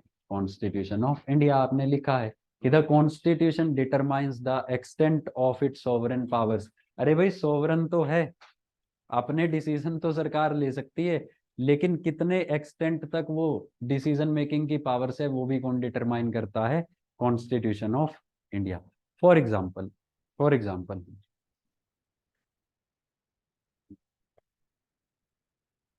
Late us say police. Police is part of government only, सरकार का ही पार्ट है ना भाई police. Police can arrest anyone, हम सभी को अरेस्ट कर सकती है, हाँ या ना? क्या पुलिस वाले को ना बोलियो, ठीक है, विदाउट वारंट अरेस्ट नहीं कर सकते, ठीक है। चलो नाउ देखो, there are two kind of offences, cognizable offence and non cognizable offence. अगर तुम किसी को बुरी तरह पीट रहे हैं तो पुलिस वाले बोलेगा वारंट लेके आ, मैं तब तक पीटता हूँ, ठीक है। तो cognizable offence is an offence जिसमें पुलिस बिना मजिस्ट्रेट की परमिशन के आपको अरेस्ट कर सकती है। अब मेरी बात ध्यान से सुनना। नॉन क्या हो गया, क्या हुआ, कौन बोल रहा था? चलो कोई ना। Non cognizable offence is an offence जिसमें पुलिस को आपको अरेस्ट करने के लिए परमिशन चाहिए मजिस्ट्रेट की। हमने बात की आईपीसी की। आईपीसी में वेरियस ऑफेंसेस आर रिटन, जहां पे ऑफेंसेस लिखे हुए हैं सामने लिखा हुआ है कि कॉग्निजेबल है या नॉन कॉग्निजेबल है। For example 376 rape is a cognizable offence, 302 murder is a cognizable offence, ठीक है। Acid attack is a cognizable offence, जो हीनियस क्राइम्स हैं, सीरियस क्राइम्स हैं, they are cognizable offence. Done. अगर किसी को मार्केट में गाली निकालते हो, धक्का मुक्की करते हो, it is non cognizable offence, ठीक है। लेकिन अगर गाली निकालते समय बोल दिया कि मैं जान से मार दूंगा, ठीक है, तो it is a cognizable offence, ठीक है। मान लो कुछ नहीं कर रहे, शांति से जा रहे हो, पुलिस वाले ने वैसे ही रोक लिया, तुमने कहा क्या कर लेगा मेरा, ठीक है। मिसबिहेविंग या obstruction in the duties of public servant is also a cognizable offence. तो वो बोल देगा कि भाई इसने मेरी ड्यूटी में ऑब्स्ट्रक्ट किया, चल तू, ठीक है। तो basically there are many things, ठीक है। तो द थिंग इज कि पुलिस कैन अरेस्ट, ठीक है, पुलिस अरेस्ट कर सकती है ना, चलो मैजिस्ट्रेट की परमिशन लेके तो कर सकती है। कॉग्निजेबल ऑफेंस के केस में वैसे कर सकती है। क्या पुलिस हमें सबको अरेस्ट कर सकती है? क्या मेल्स और फीमेल्स के केस में इक्वालिटी? हाँ, ये प्रोसीजर है, ठीक है। नाउ अब जब हमें मान लो पुलिस ने किसी को, इसको ही अरेस्ट कर लिया, तो पुलिस इसको अरेस्ट करके, ध्यान से सुनो, कितने समय तक अपने पास रख सकते हैं? For a maximum time period of 24 hours. If police has arrested him, तो पुलिस इसको ज्यादा से ज्यादा 24 घंटे तक अपने पास रख सकती है। इट इज अ कंडीशन कि within 24 hours police will produce this person in front of a magistrate, in front of a जज, और पुलिस जज को रीजन बताएगी कि for this reason we have arrested him. और पुलिस फिर जज से बेसिकली रिक्वेस्ट करेगी या तो रिमांड के लिए या जुडिशियल कस्टडी के लिए, या तो पुलिस विल से कि इसको जेल में भेज दो जी, या पुलिस विल से कि इसको हमारे हवाले कर दो जी 3 दिन के लिए। जज विल आस्क कि क्यों चाहिए तुम्हें, पुलिस विल से कि इसने कल चाकू मारा है जी, किसी को चाकू बरामद करना है, इसने छुपा रखा है कहीं, इसको लेके जाना है क्राइम सीन पे, इन्वेस्टिगेशन करनी है, ठीक है। अब इसका वकील क्या बोलेगा कि भाई नहीं भाई, he is falsely implicated by police, ये तो था ही नहीं वहां पे, ये सीसीटीवी फुटेज है, मैकडी में बर्गर खा रहा था 5 बजे, इन्होंने कहाँ पे अरेस्ट दिखा दिया इसका। मतलब this is the procedure. Now जज will decide, magistrate will decide कि 24 इसको प्रोड्यूस करने के बाद अब पुलिस इसको कस्टडी में रख सकती है या नहीं रख सकती, माने इसको कस्टडी में भेजना है या फ्री करना है। Is this clear? अगर पुलिस किसी को अरेस्ट करती है, पुलिस उसको अपने पास 24 घंटे तक रख सकती है। डन। 24 घंटे के अंदर अंदर पुलिस उसको जज के पास लेके जाएगी, उसके बाद जज विल डिसाइड कि इसको जेल में डालना है, पुलिस के पास छोड़ना है, इसको फ्री करना है। तो क्या ये लिमिटेशन नहीं है गवर्नमेंट की पावर पे? It is limit on the power of police यार। ठीक है, how it is limiting the power of police कि you can keep a person only for a maximum time period of 24 hours. कहाँ पे लिखा हुआ है? It is written under article 22 of the constitution, this is your fundamental right, punitive detention, this is your fundamental right, it is written in constitution कि भाई जब भी police या कोई और एजेंसी किसी को अरेस्ट करेगी 24 घंटे के अंदर अंदर मैजिस्ट्रेट के सामने पेश करेगी। What is this provision doing? This provision is limiting the power of government. Is this clear? This provision of constitution is determining the extent of power of government. Is this clear? ये government laws बनाएगी भाई, ये government में जो legislature organ है, it will frame laws. ठीक है, इन्होंने लॉ बनाया, कुछ भी मान लो, क्या ये कोई ऐसा लॉ बना सकते हैं कि भाई मान लो नेशनल फूड सिक्योरिटी एक्ट है कि हम अनाज देंगे फ्री में गरीबों को, क्या ये ऐसा बोल सकते हैं कि सिर्फ हिंदू गरीब जो होगा उसको देंगे, बाकी रिलीजन्स को नहीं मिलेगा? क्या ये ऐसा बोल सकते हैं कि जो पर्टिकुलर कास्ट है बस इसको देंगे, बाकी को नहीं मिलेगा? नहीं। Y?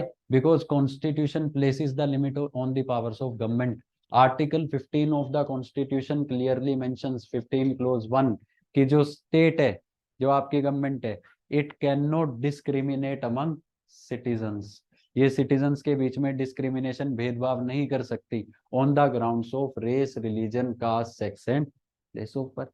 What is this provision doing? This is also limiting the power of government कि आप लॉ बना सकते हो, आप पॉलिसी बना सकते हो, आप रूल बना सकते हो, आप लागू कर सकते हो उस लॉ को, पॉलिसी को, रूल को, लेकिन उस लॉ को, पॉलिसी को, रूल को लागू करते वक्त आप बेसिकली अपने सिटीजन्स के बीच में डिस्क्रिमिनेशन नहीं कर सकते। किन ग्राउंड्स पे? On the ground of race, religion, caste, sex और place of birth. Basically it is also limiting the power of government. तो कॉन्स्टिट्यूशन क्या करता है यार? It limits the power of government. ये बताता है कि what is the extent of your sovereign powers. मैं सरकार हूं, मुझे कॉन्स्टिट्यूशन ने बनाया, मेरा करेक्टर कॉन्स्टिट्यूशन ने बताया, मुझे ऑर्गेनाइज कॉन्स्टिट्यूशन ने कर दिया। अब कॉन्स्टिट्यूशन ही बता रहे कि what is the extent of my sovereign powers, किस एक्सटेंट तक मैं डिसीजंस ले सकता हूं। Is this clear? As well as this constitution only determines the manner in which power is to be exercised। सिर्फ इतना ही नहीं कि मेरे पास पावर कितनी है, कॉन्स्टिट्यूशन ये भी बताता है कि मुझे किस तरीके से, जो मेरे पास पावर है उसको मुझे किस तरीके से एक्सरसाइज करना है। For example article 22 only, it is limiting the power of police की 24 घंटे से ज्यादा किसी को कस्टडी में नहीं रख सकते। As well as it places certain obligations on police. Obligation क्या है? जब भी पुलिस किसी को अरेस्ट करने आएगी तो सबसे पहला काम पुलिस उसको ग्राउंड बताएगी, है रीजंस कि why are you being arrested, कि भाई तुमने ये ऑफेंस किया है, हमें शक है या फिर हमारे पास एविडेंस है कि भाई तुम उस कांड में तुम्हारा इन्वॉल्वमेंट था, तो बैठ के थाने चलो। Police will tell you grounds. This what is this? This is the manner of exercising the power, it is written in constitution only. Done. दूसरी बात, अब पुलिस आपको ज्यादा से ज्यादा 24 घंटे तक रख सकती है। शाम को 5 बजे पुलिस ने तुम्हें अरेस्ट किया, 12 बजे पुलिस तुम्हें कोर्ट में लेके जा रही है मैजिस्ट्रेट के सामने कि भाई चलो तुम्हें कोर्ट में पेश करते हैं। अब जब पुलिस तुम्हें मैजिस्ट्रेट के सामने लेके जाएगी, then it is the duty of police, they will ask you कि भाई साहब किसी वकील को जानते हो आप जो आपको कोर्ट में डिफेंड करे? बिकॉज हम अपना वर्जन कोर्ट के सामने रखेंगे, तुम्हारे पास भी तो राइट है। This is principle of natural justice, no one shall be punished unheard, बिना सुने किसी को सजा नहीं मिलेगी। तो तुम्हारे पास भी राइट है कि तुम अपना पक्ष जज के सामने रखो। क्या आप जानते हो किसी वकील को? इफ ही विल से कि हाँ मैं जानता हूँ, मुझे फोन दो, मुझे उनको कॉल करना है, मुझे आगे डिफेंड करेंगे, then it's fine. If he will say कि मैं नहीं जानता, then it is the duty of police कि वो इसको एक लॉयर प्रोवाइड करेंगे जो कि वो इसको डिफेंड करेगा। There is a cell in every court, legal aid का सेल बोलते हैं। वहां पे लीगल एड के एडवोकेट्स होते हैं जो एडवोकेट्स को अफोर्ड नहीं कर सकते या जिनके पास अवेलेबिलिटी नहीं होती एक्सेसिबिलिटी एडवोकेट्स की, वो लोग उनको जाके बेसिकली रिप्रेजेंट करते हैं कोर्ट में और सरकार उनको पे करती है। तो पुलिस इसको कोर्ट में ले जाने से पहले, जज साहब के सामने ले जाने से पहले लीगल एड के सेल में लेके जाएगी, एक वकील दिलवाएगी जो इसको डिफेंड करेगा। What is this? This is the manner of exercising the powers. Is this clear? आप लोगों ने बोला कि अगर फीमेल को अरेस्ट करना है तो सनसेट के बाद नहीं किया जा सकता। This is the manner of exercising the power. अगर फीमेल को अरेस्ट करना है तो कोई फीमेल कांस्टेबल या हेड कांस्टेबल या फीमेल पुलिस ऑफिशियल चाहिए। This is manner of exercising the power. Is this clear? So constitution not only tells कि वट टाइम हो गया क्या, कि what are the powers of government, it also tells that how these powers are to be exercised by government. This is the definition of constitution of India. एक बात सुनो, जब तक मैं बोल रहा हूँ, ठीक है, एक तो पेन बंद नहीं करते, these are basic attitudes, sorry these are basic etiquettes, और दूसरी बात रजिस्टर बंद नहीं करते। ठीक है, मेरा ज्यादा जोर लग रहा है, आप लोगों को कम लग रहा है। आप लोग बैठे हो, मैं कंटिन्यूअसली बोल रहा हूँ, 1.5 घंटा फिर कंटिन्यूअसली बोलूंगा, 2 घंटे फिर बोलूंगा। ठीक है, अब ये मत बोलना कोई कि तुझे पे कर रहे हैं इसके लिए। ठीक है, तो प्लीज ऐसा मत करना आगे से। जब तक मैं अंदर हूं तब तक ऐसा बिल्कुल भी मत करना। ठीक है, because this exam is also about development of your personality. ठीक है, और ये प्रोसेस के बीच में ही डेवलप होती है, इंटरव्यू के टाइम पे डेवलप नहीं होगी, ये मैं लिख के दे सकता हूँ। ठीक है, आई नो मैनी कैंडिडेट्स जिनको इंटरव्यू में उड़ा दिया, और यहाँ इस इंस्टीट्यूट के भी। ठीक है, मेरे फोन में अभी भी रोने धोने वाले मैसेजेस पड़े हैं कि सर ऐसा हो गया ऐसा हो गया। तो वो personality development is a continuous process, ये प्रिपरेशन के बीच में ही होगी। ठीक है, तो एक जेंटलमैन भी बनना है आपको। डन? अरे रुक जाओ भाई। ठीक है, इज दिस क्लियर? चलो वी विल कंटिन्यू टुमारो इसको रिवाइज करने में। ठीक है, थैंक यू।